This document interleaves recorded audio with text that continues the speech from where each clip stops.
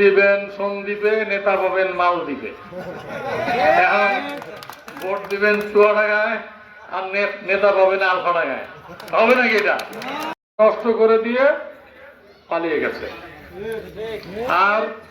আর একটি দল ধোঁকাবাজির রাজনীতি করার জন্য মানুষকে প্রতারণা করে রাষ্ট্র ক্ষমতার পরিচালনায় আসতে চান। উদাহরণ, ধর্মীয় বিষয় নিয়ে আলাপ করবো না, নতুন করে ওনারা আবিষ্কার করেছেন পিআর পদ্ধতি। ভোট দিবেন, আপনার নেতা চিনবেন না, ইতিমধ্যেই স্লোগান উঠে গেছে, ভোট দিবেন সন্দ্বীপে, নেতা পাবেন মালদ্বীপে।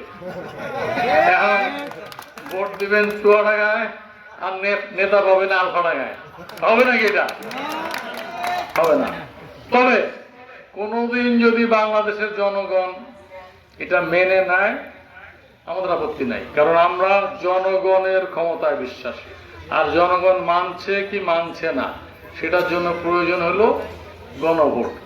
গণভোটের দাবি ওনারা করছে। আমরা যদি একটা দাবি করি, 1971 সালে আপনাদের ভূমিকা, আপনারা স্বাধীনতার বিরোধিতা করেছিলেন, আপনারা চাননি একটি স্বাধীন সার্বভৌম বাংলাদেশ হোক। আমরা যদি বলি এটার জন্য আপনাদেরকে মাপ চাইতে হবে, বাংলাদেশের জনগণ আপনাদেরকে মাপ করবে কি করবেন এটার জন্য গণভোট দিব আগে। আপনারা এই কথা মনে রাখবেন, আমরা ওই দাবি তুলব। জামাত ইসলামী বাংলাদেশ তাদের 1971 সালের ভূমিকার জন্য শুধু মাপ চাইলেই হবে না, সেই মাপটা জনগণ করছে কিনা তার জন্য আমরা গণভোট চাবো। ঠিক?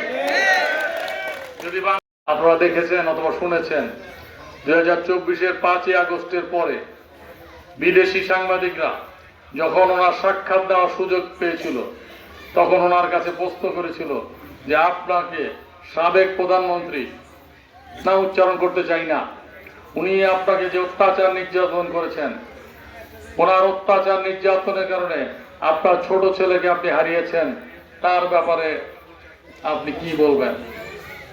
উনি 5 সেকেন্ড নীরব থেকেছেন, বলেছেন আমি সব কিছু ভুলে গিয়েছি, আমি মাফ করে দিয়েছি বাংলাদেশের জনগণের স্বার্থে।